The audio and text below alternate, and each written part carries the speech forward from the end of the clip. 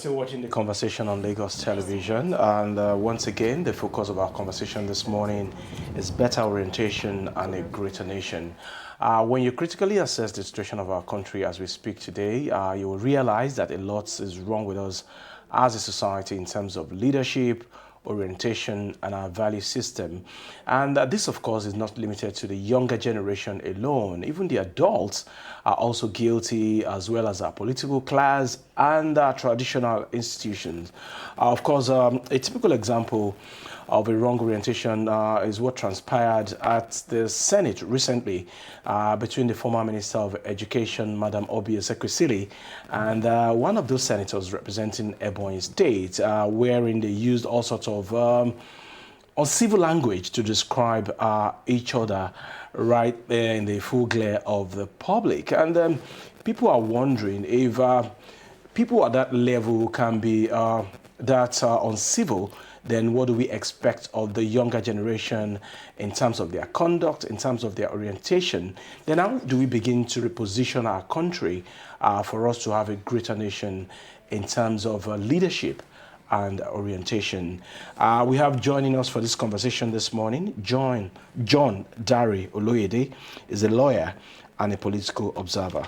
It's a pleasure to have you. Thank you for having me. Good morning. All right. When you look at Nigeria today, in terms of our orientation, in terms of our value system, quality of leadership and our traditional institution, what exactly would you say is wrong with us in terms of orientation as we speak? Okay, thank you. Let me start with the topic. Talks about better orientation and a greater nation. Greater nation. Now, first of all, let me start by saying that Nigeria is not a nation. So what are we? It's a country of many nations. That's the best description you can give of this country of many nations. Yes, there's the Yoruba nation, the Igbo nation, the Hausa nation, the Fulani nation, the Ijaw nation. There are ethnic nationalities, and that when you are we not one united Nigeria? That you see, nationalities. When you put it in proper perspective, you can dissect the topic better. Okay. Because that's one of the bane. That is what is disturbing our orientation. You see, the values are different. As different nationalities, ethnic nationalities, the values are totally different. It's not that our values are warped, but the problem is, you see, we are not together. In different conversations, different fora, I'm sure you belong to different WhatsApp groups and all that. I am still there. I refuse to leave in a WhatsApp group over 7-8 years now. And you know, if you can be in that kind of place and you see the kind of posts that people make, there used to be Yorubas, Igbos, everybody there. When we started out, it was to discuss Nigeria's politics and all that. And then gradually, a particular ethnic group had more representation. And the discussion was always about fighting over who is superior. I am better than you, you are better than me, and all that. And gradually, all the Yorubas left the forum. I'm the only one still there. And I said it to the people that are there with me. I'm not living here because I have a very thick skin. I'm ready to take you on, and I am totally detribalized. Now, so first of all, we are a country of many nations. Okay. 2, you have a problem of religion. That is something that afflicts our orientation too, affects our values. Now, the major religions are actually Abrahamic religions. They are imported. They are vestiges of our colonial past. Unfortunately, these religions regulate our relationships better than any other thing. That's another problem. Now, taking it to present-day issues, you have the gender bias, gender insensitivity. You have a situation where, as educated as most people are, a lot of people still believe that, there is a particular place or there's a particular level above which women cannot rise. I mean, they may not express it openly, they may not say, but when the chips are down and, I mean, the daggers are drawn, you hear statements and you wonder whether, look, does this person have a wife, brother, mother, sister, niece at home somewhere? And also, of course, from the other side too, the abuse is not limited to men as against women. There are some forms of abuse from women against men. So now, so when we have that in proper perspective, that, look, Nigeria is not a nation. We can describe ourselves as a nation of many nations. Of many nations. According to you. That's my, look, it's not even about me. When you look at it properly, there is Yoruba nation. There are people agitating. There are people saying the Igbo nation, they want to go. So we were brought together by our colonial masters willy-nilly. We didn't sit down to agree that we should be together. Our values, our ways of seeing life, they are totally different. We had our different lifestyles before the colonial masters came. But they, in their own ignorance or mischief, they decided that, oh, let's put all these people together. And I read in some publications where they said, look, let's put them together because if we allow this particular group to stand on their own, they're going to pose a problem to our own interests. Okay, so having identified those things that you just raised now, how did we get to this particular level, and how do we link that to the problem that we have with our orientation as we speak, of course, our value system, and poor leadership that is plaguing the country? We got here because we have adopted foreign modes of governance, foreign systems of education. Everything we practice in this country, everything regulating our lifestyles, apart from technology, every other thing, our judicial system, educational system, political system, spiritual systems, they are foreign. And when you totally discard your own culture and you adopt the culture of other people, there is bound to be problems. Let me tell you why. We practice democracy. Well, American-style democracy. Presidential. Now, before we adopted democracy, or democracy was foisted on us, most of the nations in this country, they were monarchical. They were monarchies. There's always a strong man, one man, who controls everything. He is a god with a small g. Like the Yorubas have the one they call Kabiyesi, the one that is unquestionable. That's what Kabiyesi means. So that describes the kind of political system we had. Imagine the Alaafin in those days. He can just look at you and say, go and behead him. Nobody will talk. Now, but we are practicing democracy, which is really alien to us. What you have on ground today is a situation where there is democracy in theory, but in practice, what we are practicing is not democracy. And that is the reason why we have a constitution that cannot be amended. You have a situation where you have all these things you see, they are talking about, oh, the constitution is being amended. The House of Reps are trying to amend the 1999 Constitution. Let me tell you, I'm a lawyer. You see, all the so-called amendments that have been done, they are called alteration. Because in strict terms, it is difficult to amend this constitution. The only amendments that have ever featured in terms of constitutional growth, they have always come at the instance of the military. And that's because there is no assembly. They just bring a constitution, they draft it and throw it at us, and they say it's adopted by fiat. In reality, since 1999, there has been no serious amendment to the constitution. They call it alteration. And these alterations have come about in respect of elections, mainly. Elections, when they have to, because the politicians, they are a very different species. They see themselves as different problems. So everything relating to elections, they will say alteration to section so. Because they want to sidestep the very stringent conditions for amending the Constitution. It is practically impossible to amend, because let me tell you why. If you want to amend the Constitution, so it is introduced at the Federal House. The Senate, the House of Representatives, there is a threshold. At times they say 2/3, 3/4 of the membership, not quorum, all of them being present, they must have this particular number, just like they had with this Natasha issue, suspension. You must have a particular threshold. After you finish in the National Assembly, assuming both houses agree, then the state houses of assembly, they have to pass and adopt that resolution as their own in the different houses of assembly. Now, the reason why it's been pretty difficult, because I hear now that they say, oh, the 37 LCDAs that Lagos, that Tinubu created when he was governor, that yes, second reading. I don't know. I've not read what the second or first reading was. But normally, because it affects the number of local governments we have in Nigeria, it will change from 774 to 800 and something. Yeah. And that means every state will have to make a pronouncement on that. Lagos State, that's not a problem, because the state that's to be affected has a say. Of course, it will be passed in Lagos. Maybe in the Lobo states, old Lobo states. 811. 811. Now, it will pass. But will it pass in Kano? Will it pass in Kaduna? Those are the very stringent conditions. Complex. The Constitution has been drawn up in such a way that it cannot be amended by human beings, like you and I. So, what if we are adopting democracy? And then, I mean, we have a constitution that is unwieldy, so many sections.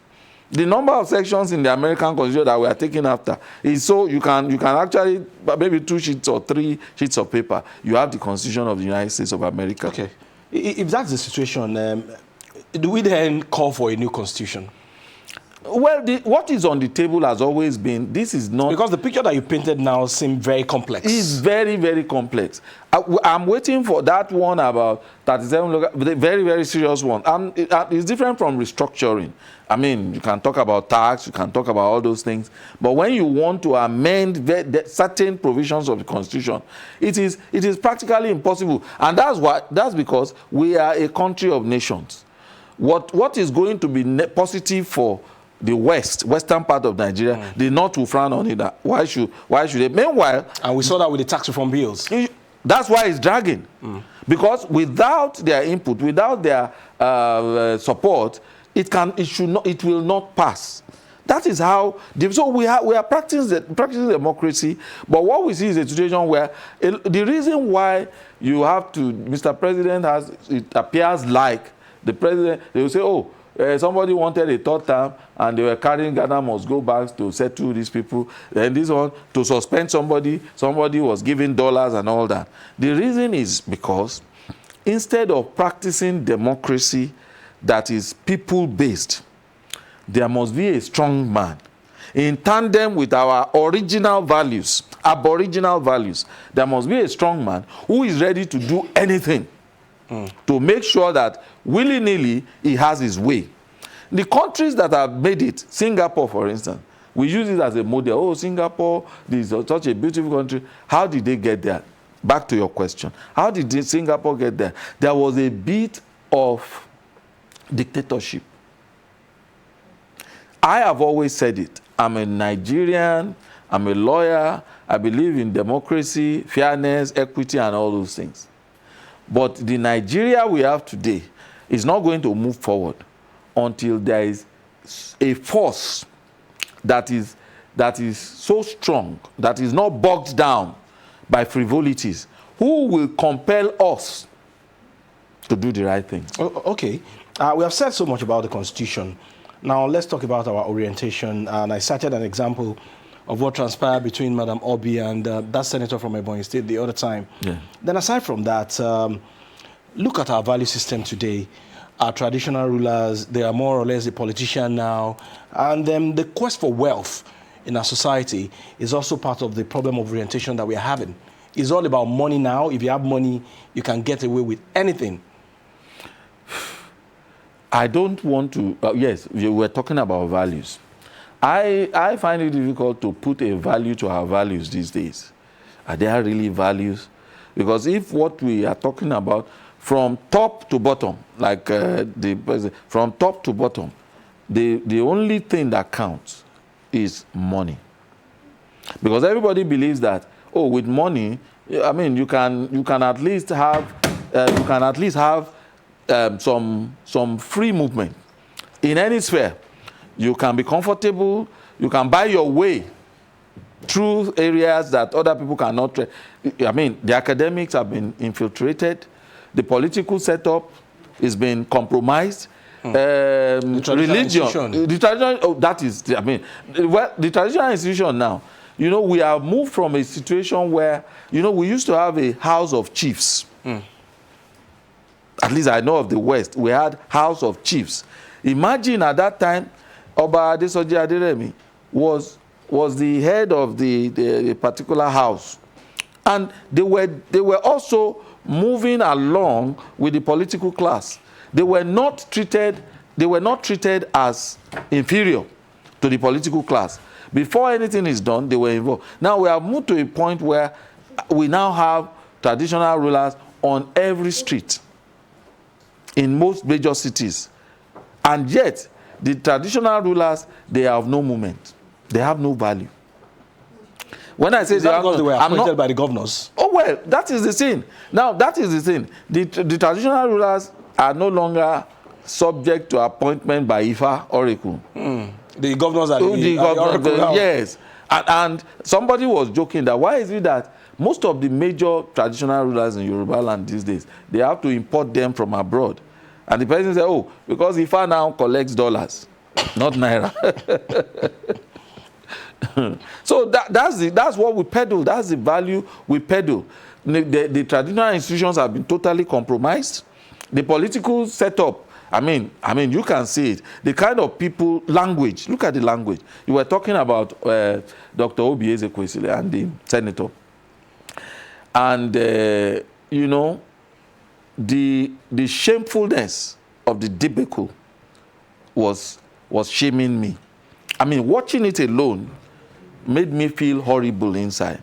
That, I mean, these are the best of, this should be the best of the best in the Nigerian setup. And look at the kind of gutter language in full public glare. I'm not saying there will be no disagreement. I mean, we see them fighting in other houses and all that. But something that is supposed to be so solemn, you are investigating a petition about abuse of a woman alleging that she was abused. And then at that point in time, it became like a free-for-all, oral free-for-all. Two people who are supposed to represent their people in the best ways possible, they started exchanging gutter language. And you begin to ask yourself, how can this be? No matter how passionate you are, no matter how angry you are, there must be order, there must be decorum. Even by traditional African standards, there must be some form of decorum.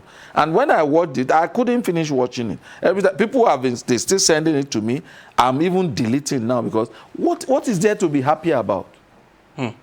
I mean, Dr. Obiose is somebody I have always respected. I mean, and at that level, even she was a bit more restrained than the senator. Than the senator. But even at that, there are times when you keep the Yoruba say, let's call a madman my in-law so that he would allow you go. You understand? So there are times you keep quiet for a fool. It's not every time. It's not every attack that you need to respond to anyhow. But that tells you how low we have come. The caliber of people who occupy the houses at the state and federal level is just, I can't find the word. Then what kind of example are we setting for the younger generation? Well, look at the younger generations. They are ranting. Is that not what is going on? 30-day rant. Is that not what is going on now? They are ranting because, you know, when you don't allow people to express themselves openly, you don't give them a platform where they can express. You want to suppress every wins, every cough, everything that comes. You know, that I feel like presidential aides, governors' aides, when any man there, so a young boy on Twitter, 20-something-year-old, the last one I saw yesterday, he said he's 23 in Delta State, and he was ranting. He was talking sense. It made a lot of sense to me. But the kind of language that these young people use at times is annoying. It doesn't mean they are totally wrong, But my own orientation, the way I was brought up, you are not brought up to talk down on the elderly person. You must respect an elderly person. I said it here before. When the elderly person in your family is lying, whether your father, your brother, You auntie, dare not say so. you cannot say, now you are lying. You dare not say that. And that was because of the orientation then. Well, that's the orientation they gave us. But then the Gen Z, we, their fathers, their parents, we didn't give them that orientation because we were not ready to give them backhand slaps. We were not ready to throw slippers at them. You know, we felt that our parents shortchanged us. They were too hard on us. So when we started having children, we started treating them with kids' gloves. Most of us, some of us here who have children, they've never beaten their children. You understand? Any one of us who has beaten his or her child will be crying while beating the child inside. I know what I'm talking about. I'm talking from experience. So because we did not imbibe in them that culture, that value that our parents imbibed in us, these children now don't understand why you will tell me not to tell Mr. President, our president who is old enough to be his grandfather, that you are a thief, you are a liar. I mean that you have to be diplomatic. They are not diplomatic. They are blunt. They are too blunt. When I say they are too blunt, I'm not opposed to them talking. You understand? But the choice of words. I said it here before. NSAS, my daughter looked at me and my wife and said, your generation is a generation of cowards. Imagine, I mean, could you have told your dad that? Cowards. That is like calling your father a bastard. Then what are you? You understand? So my own daughter, small like this, she said that to us, and we just dispersed. We just went up to sleep. Do you understand? You couldn't have done that. So that is the situation. What they have now, what we are living, is a situation where, over time, things will degenerate so much that younger ones will even be beating older ones on the roads. And that's because we also, the elders, those who are ahead, older than my own generation, they are refusing to leave the stage while the ovation is loudest. You understand? There is time for everything. Igba kan lo, igba kan bo. You understand? But the people ahead of us, they are not ready to respect that proposition. It is something that had been handed down. Yes. Oba mewa, igba mewa. Some people they are now using the 10th season. When their own generation left at the 7th season. And that is the problem. Because those who are supposed to be there now, they are just languishing. They have nothing to do. The people who are there, they are bereft of ideas. Okay, is it all gloomy for us as we speak? It's all gloomy. I don't want you to finish the question. It's all gloomy. You see, let the truth be told. But we see jingles out there by the National Orientation Agency trying to reorientate all of us, the need for us to believe in our country, and of course, say good things about our fatherland. Look, I like speaking Yoruba. I love proverbs. Okunu la fi ngbe tita. You see, this democracy we practice, you cannot equate it to the democracy in America. Look, Americans they are crying. They say, oh, the price of egg has gone up because they are spoiled. They don't know what it means to suffer. So they are talking about price of eggs. Now, you see, you can't practice democracy on empty stomach. You can't practice good democracy with ignorance. Majority of Nigerians are most are uneducated. That's number one. They are not exposed. And that's why year in, year out, election season, the politicians will come, give them stipends, peanuts, and they will still vote for the wrong people. So we are not choosing our leaders. Our leaders are choosing themselves to be in leadership positions because they know what to do to keep us perpetually subservient, which is when somebody is hungry, you can buy him spirit, soul, and body. When somebody is ignorant, is not educated, you can confuse him rather than... We don't need convincing. We get confused every time it's election season. And that is the situation. We say we are practicing democracy, but it's pure lip service. Because the people who are supposed to be the most important elements in the setup, that is you and I, we Nigerians, most of us are uneducated, most of us are hungry. I mean, when you have that combination, that combo is a recipe for gloom. Okay, so what then can the national orientation do? The national orientation, change the perspective. Look, it's not about nomenclature. It's not about name. National Orientation Agency. Who is the head of national? I don't even know the person. Many of us don't know what national orientation. I see their jingles. You see their jingles because you are exposed. You are in the media. How many Nigerians have TV in their homes or can afford? Where is the electricity to power your TV? So when you talk of national orientation, you are in AC, you are here most of the time in your house. You are not lower class, you are at minimum middle class. So there are certain things. I said poverty. It's not poverty, it's a penury. Because there is share, there is oshi. Do you understand? So there's a big difference between the two. There are most Nigerians are operating on oshi level. I'm sorry to use that expression. So you can't be talking of national orientation. You talk of stomach orientation. When somebody is hungry, you are talking of national orientation. There's no electricity, there's no water, no good roads. Some people have never left their villages since forever. So it's gloom. That's why I said don't finish the question, because I know my answer. I've seen the expo. The problem is deep. It's deep. It's very systemic. And it's not something that will be changed in one day. It will take years. Unfortunately, we keep on piling problems upon problems. When there's a new leadership, we say, maybe this one will start from. So, I mean, imagine somebody was saying, if the president will just solve our electricity problem. Indeed, if we can solve our electricity problem. Look, the electricity problem has not been solved, and we're talking of increasing the tariff again. Even if the electricity problem is solved and we have good roads, we have good schools. Yes. What about the orientation here? Well, that's the thing. You see, this orientation thing I told you, before you can reorientate somebody, that person, first of all, the number one problem is solve the problem of hunger.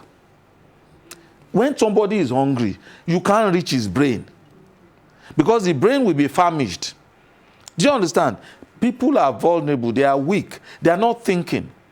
Do you understand? Nigerians are very strong people. We are very strong people. Not many. That's why most of our African brothers and sisters, is either they fear us or they respect us, because they see the things we have gone through and we joke about them. Like nothing happened. You know, we joke about everything. They say, Natasha, there are jokes out there, memes, all over the social media. You talk about Akpabio, you have jokes over there. You wake up every morning, you go to bed sleeping and feeling horrible. And the recent one in Delta. That's another one. You see, when you then wake up in the morning and then things that you went to bed, you went to sleep thinking that, how are we going to solve this problem? Nigerians then come up with jokes about that thing. You know, okay, Fubara was suspended. And this morning I woke up, and in a clubhouse, I mean, I saw white waiters. I don't know whether it's in Nigeria, the club. And the clubhouse was busy. People were dancing. I mean, not many Africans would think we have problem in this. They were dancing. And I didn't know the joke until I saw VIP. Then I saw Wike forgive Fubara in a clubhouse. They put it there, neon light. Wike forgive Fubara. Who thinks about such things? Okay, as we start wrapping up now. Yeah. In 1 minute, what will be your message for the older generation, the Gen Z, and our leadership in our quest for a better orientation and a greater nation? I think I'll start with the leadership. I think the leadership, I pray that President Bola Ahmed Tinubu will just limit his focus to restructuring. You see, very little changes can be effected, and those little changes will be very, very far-reaching. Thank God he's not a man of straw. He's not hungry. He doesn't need if he will just concentrate on one or two things and solve those problems, his legacy will be established forever. That's for the leadership. For the leadership. Now, for the followership Nigerians, you see, I can't begin to advise somebody who is on. I mean, I can only talk for myself. I will always vote. I will discharge my civic obligations. But I can only tell them that, look, don't mortgage your future. Don't mortgage the future of your children. When you collect all these peanuts and you vote wrongly, you get bad results. Now, for the Gen Z, their time is coming. I cannot, the only thing I can say is, yes, in other countries, people who are their age, they are already getting into government circles. Yeah. And all the things that make us happy in this country, football, entertainment, movie, and everything, it's the Gen Zs that are there, and they are doing fine. Let us give them the accolades they deserve. Right. It's their time. Okay, better orientation and a greater nation. John Dario Oluyede, lawyer and political observer, giving us some recipe for us to have a greater nation and a better orientation this morning. And he had spoken to both the old and the young, as well as the leadership of the nation. We hope that our country, Nigeria, will be great. And of course, with some better orientation, the future looks quite good. If indeed we can address those vital issues that he raised on the conversation this morning. We thank you very much for your time. Thank you for having me. Grateful. All right, we'll go on a very short break. Up next is the Lagos Conversation with Joy and Adebimpe. Stay with us.